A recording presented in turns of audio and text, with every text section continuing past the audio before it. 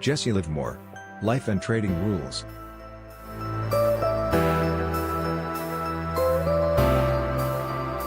Jesse Livermore was born in West Acton, Massachusetts on July 26, 1877. In 1891, he begins to work in Payne Weber and Company's Boston stockbroking offices, transferring prices from ticker tape to quotation board.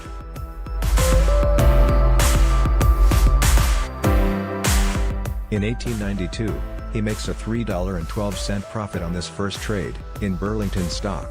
At age 15, Jesse accumulates his first $1,000 by trading stocks and commodities in bucket shops. Payne Weber and Company instruct Jesse Livermore that he must either quit speculating in bucket shops or quit his job. He quits the job.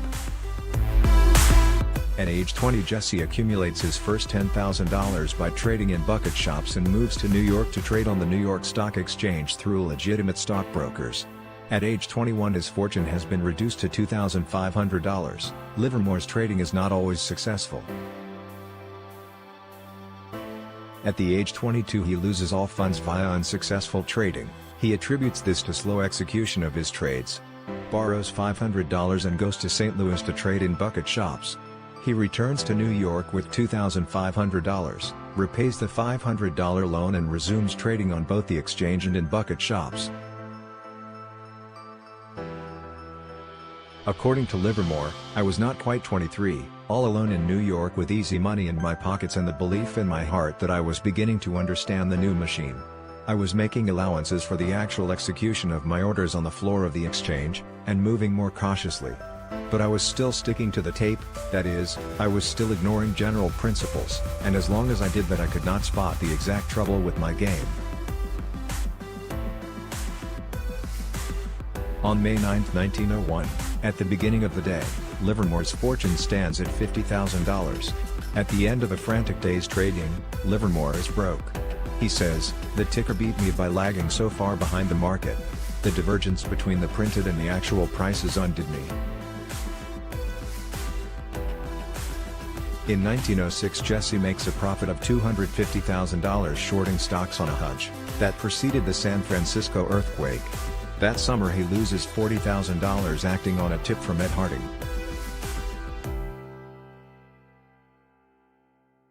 On October 24, 1907, Livermore shorts the market during a crash and makes his first $1 million.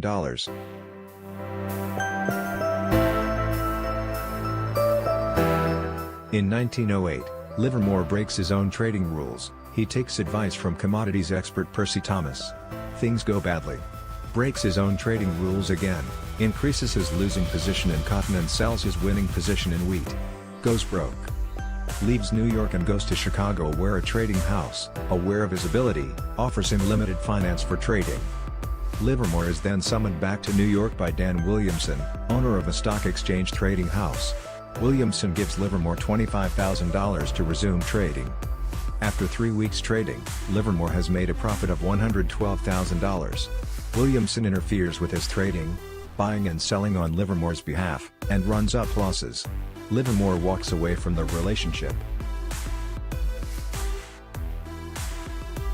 In 1914, in several years of a flat market, with no money to be made, Livermore's debts grow to well over $1 million. He declares bankruptcy. In 1905, Livermore asks Dan Williamson for help. Williamson offers Livermore a small facility of 500 shares to trade. Livermore reads the tape for 6 weeks before making a trade. He needs to be 100% sure the trade will be profitable. Livermore buys Bethlehem steel on high margin at $98. Steel is rising because of demand from World War I. The price moves upward as he expects and, as the stock rises, he buys more at $115. The following day he sells at $145. He has achieved what he set out to achieve. He has a sizable stake again. In 1916, Livermore plays the market perfectly. He is long when the market is strongly bullish and then goes short when it turns bearish. He makes $3 million profit and goes to Palm Beach for the winter. In 1917, Livermore makes another $1.5 million profit and pays back all his debts from 1914. He buys $800,000 worth of annuities to ensure his family has a secure income should he ever be wiped out in the markets again. He also puts money into trusts for his wife and son.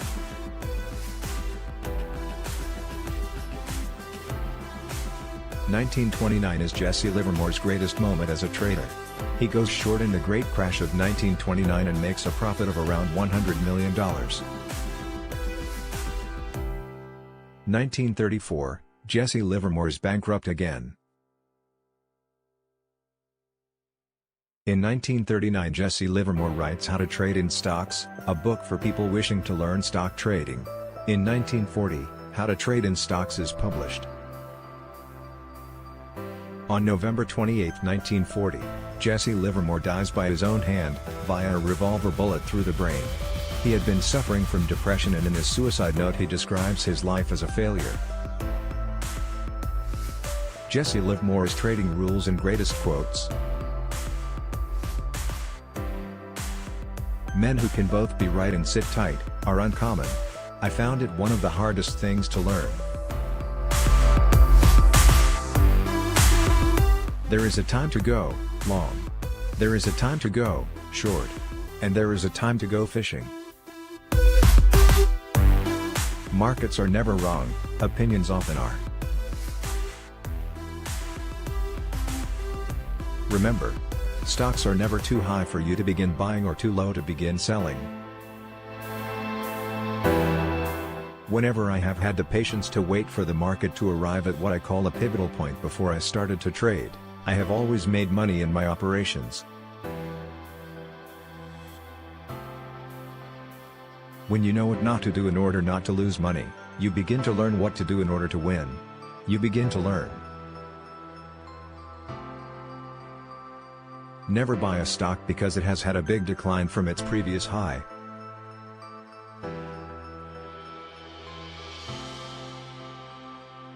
Never average losses.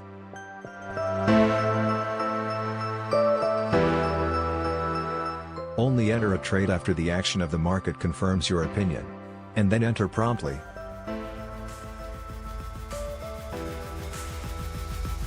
A stock operator has to fight a lot of expensive enemies within himself. A man must know himself thoroughly, if he is going to make a good job out of trading in the speculative markets. It took me 5 years to learn to play the game intelligently enough to make big money when I was right.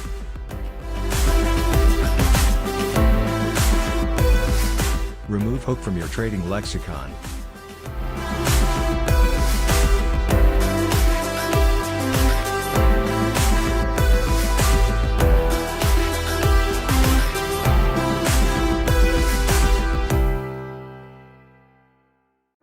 Reminiscences of a stock operator. Psychology of trading.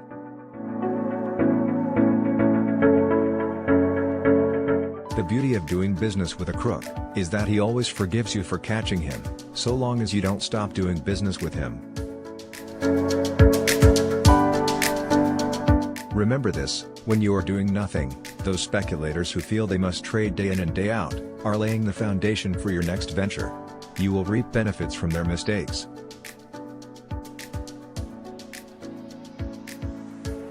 There is nothing like losing all you have in the world, for teaching you what not to do. And when you know what not to do in order not to lose money, you begin to learn what to do in order to win. Did you get that? You begin to learn.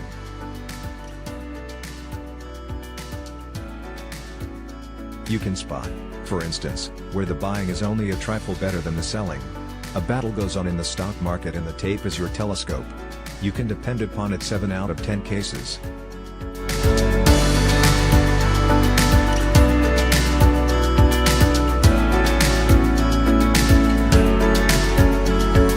It never was my thinking that made the big money for me. It always was my sitting. Got that? My sitting tight. It is no trick at all to be right on the market. You always find lots of early bulls in bull markets and early bears in bear markets. I've known many men who were right at exactly the right time, and began buying or selling stocks when prices were at the very level which should show the greatest profit. And their experience invariably matched mine, that is, they made no real money out of it. Men who can both be right and sit tight, are uncommon. Another lesson I learned early is that there is nothing new in Wall Street. There can't be, because speculation is as old as the hills. Whatever happens in the stock market today has happened before and will happen again. I've never forgotten that. I suppose I really managed to remember when and how it happened. The fact that I remember that way is my way of capitalizing experience. It takes a man a long time to learn all the lessons of all his mistakes. They say there are two sides to everything. But there is only one side to the stock market, and it is not the bull side or the bear side, but the right side. It took me longer to get the general principle fixed firmly in my mind. The old story of the man who was going to fight a duel the next day. His second asked him, "Are you a good shot?" "Well," said the duelist, "I can snap the stem of a wineglass at 20 paces, and he looked modest. "That's all very well," said the unimpressed second. "But can you snap the stem of the wineglass while the wineglass is pointing a loaded pistol straight at your heart?" A stock operator has to fight a lot of expensive enemies within himself.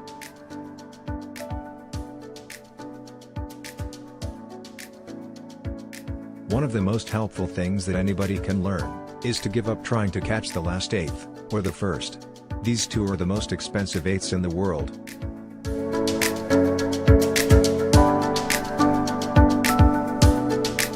Fear and hope remain the same, therefore the study of the psychology of speculators is as valuable as it ever was. Weapons change, but strategy remains strategy, on the New York Stock Exchange as on the battlefield. I think the clearest summing up of the whole thing was expressed by Thomas F. Woodlock when he declared, "The principles of successful stock speculation are based on the supposition that people will continue in the future to make the mistakes that they have made in the past."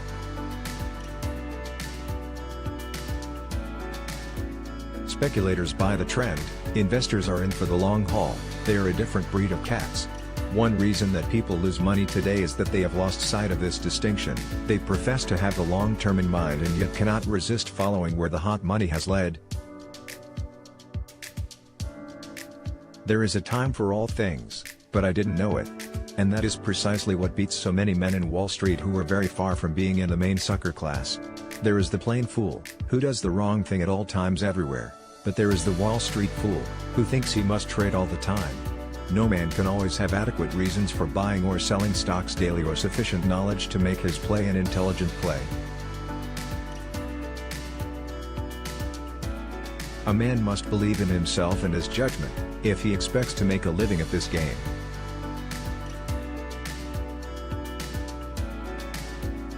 No, sir, nobody can make big money on what someone else tells him to do.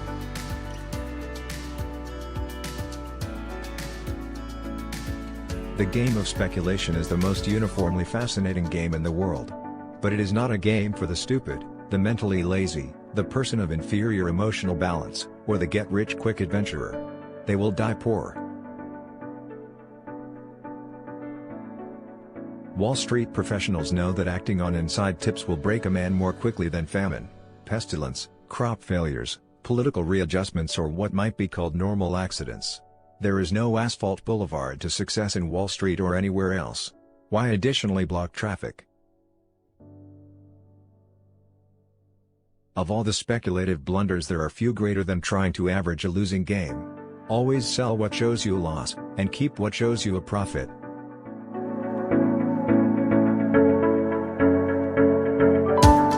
If the unusual never happened, there would be no difference in people, and then there wouldn't be any fun in life. The game would become merely a matter of addition and subtraction. It would make of us a race of bookkeepers with plodding minds. It's the guessing that develops a man's brain power. Just consider what you have to do to guess right. I've got friends, of course, but my business has always been the same, a one-man affair. That is why I have always played a lone hand.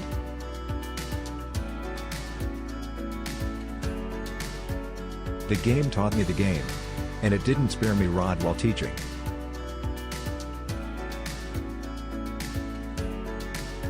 If somebody had told me my method would not work, I nevertheless would have tried it out, to make sure for myself, for when I am wrong only one thing convinces me of it, and that is, to lose money. And I am only right when I make money. That is speculating.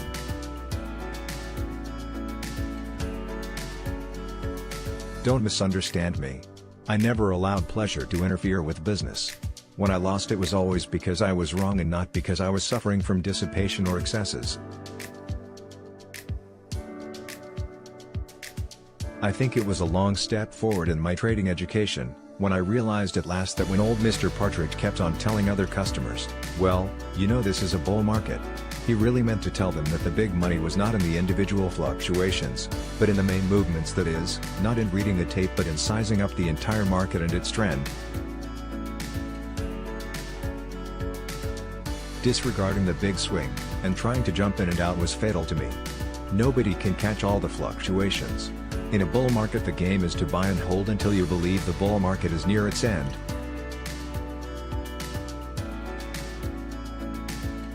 Remember that stocks are never too high for you to begin buying, or too low to begin selling. Obviously, the thing to do is to be bullish in a bull market and bearish in a bear market.